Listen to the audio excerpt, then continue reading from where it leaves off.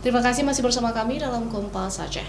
Saudara, jajaran di Ditres Narkoba Polda Aceh memusnahkan barang bukti narkoba, yaitu sabu seberat 100 kg dan ganja seberat 445 kg, hasil pengungkapan dari sejumlah tersangka.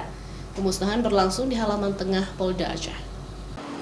Barang bukti narkoba yang dimusnahkan tersebut merupakan hasil pengungkapan di Ditres Narkoba Polda Aceh dan Polres jajaran. Sabu seberat 100 kg yang dimusnahkan tersebut berasal dari dua orang tersangka di dua lokasi, yaitu di Kecamatan Gandapura, Kabupaten Biren, dan Kecamatan Seruai, Kabupaten Aceh Tamiang.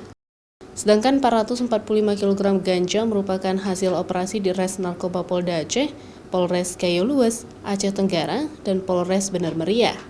Kapolda Aceh Irjen Pol Ahmad Haidar mengatakan, pengungkapan kasus narkoba dengan barang bukti sabu dan ganja tersebut akan terus dilakukan oleh Polda Aceh dan Polres jajaran, karena Aceh menjadi target transitnya barang haram tersebut dari jaringan narkotika internasional. Apalagi dengan garis pantai yang panjang, menjadikan Aceh sebagai pintu masuk narkotika. Ini dari penangkapan barang bukti dari TKP beberapa hari yang lalu. Itu dengan jumlah untuk sabu itu ada 100 kilo dan untuk ganja ada 440 kilo. Itu yang kita musnahkan pada hari ini. Kita untuk perang melawan narkoba itu setiap hari. Kita baik yang ada di Polsek, Polres, Polda, itu terus kita koordinasi. Baik nanti termasuk yang di pusat yang ada di Mabes, baik Direktorat 4, Bea Cukai, dan stakeholder yang ada. Kita terus melakukan kerjasama.